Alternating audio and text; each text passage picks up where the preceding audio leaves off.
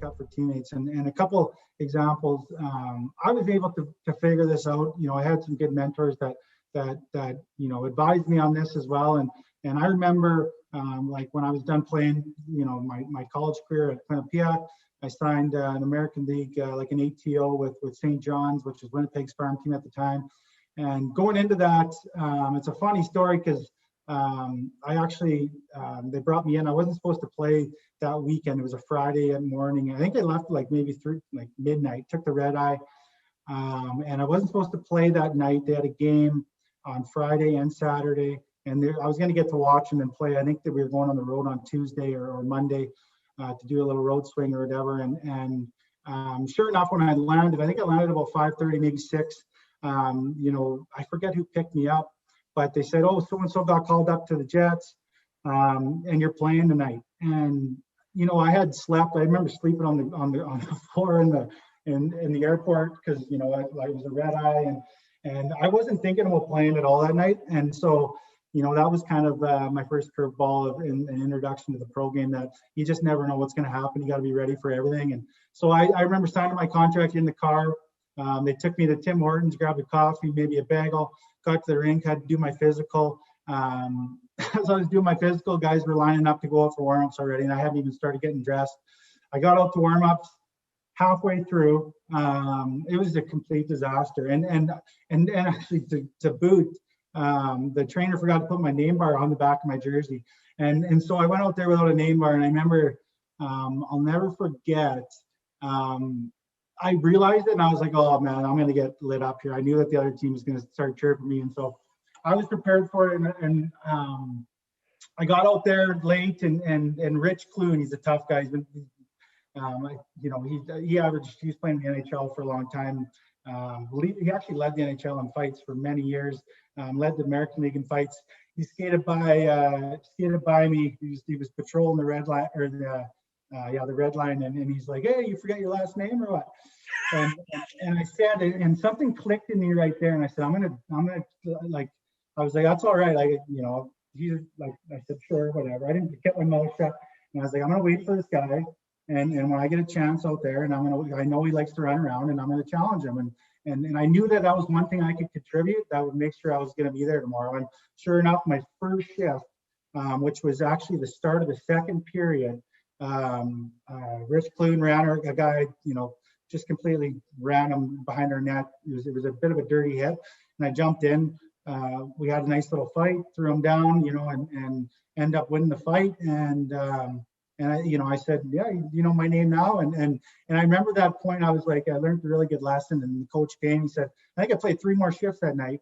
And he's like, "Hey man, like you went through a lot today. You didn't expect to play first pro game, and you added something to the team. You changed momentum of the game. The guys were flat at that point." I sat on the bench the first period, and the next night, my second pro game, I was in the starting lineup. So like, I was going into my next call up. I ended up going down to the East Coast the next year, and I was playing in Wheeling. Got called up to Hamilton, and my first game, once again, I knew I couldn't control if I was going to score a goal. I swear it was my first shift in the first period. A guy named Tyler Biggs, who was a first rounder for Toronto. He ended up running my line mate. I went over. We had a nice little tilt. I don't know if I won that one, but stuck up for my teammate. And I went on my first 3 games in Hamilton. I fought every game. And they were all they weren't me out there looking to fight anyone. It was just more so, guys that were, they were clean hits, but it was just a way for me to earn respect in the dressing room, and a way for me to guarantee I was going to stay another day.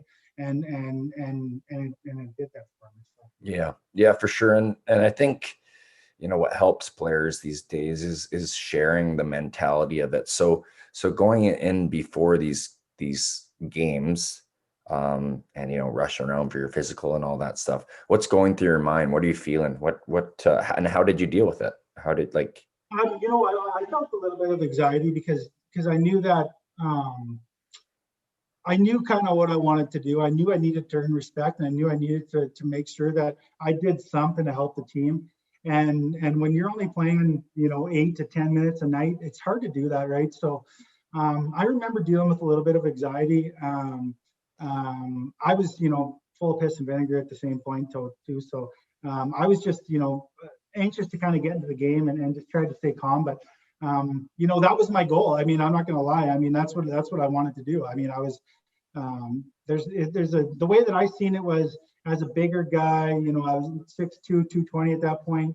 That wasn't really going to get any power play time.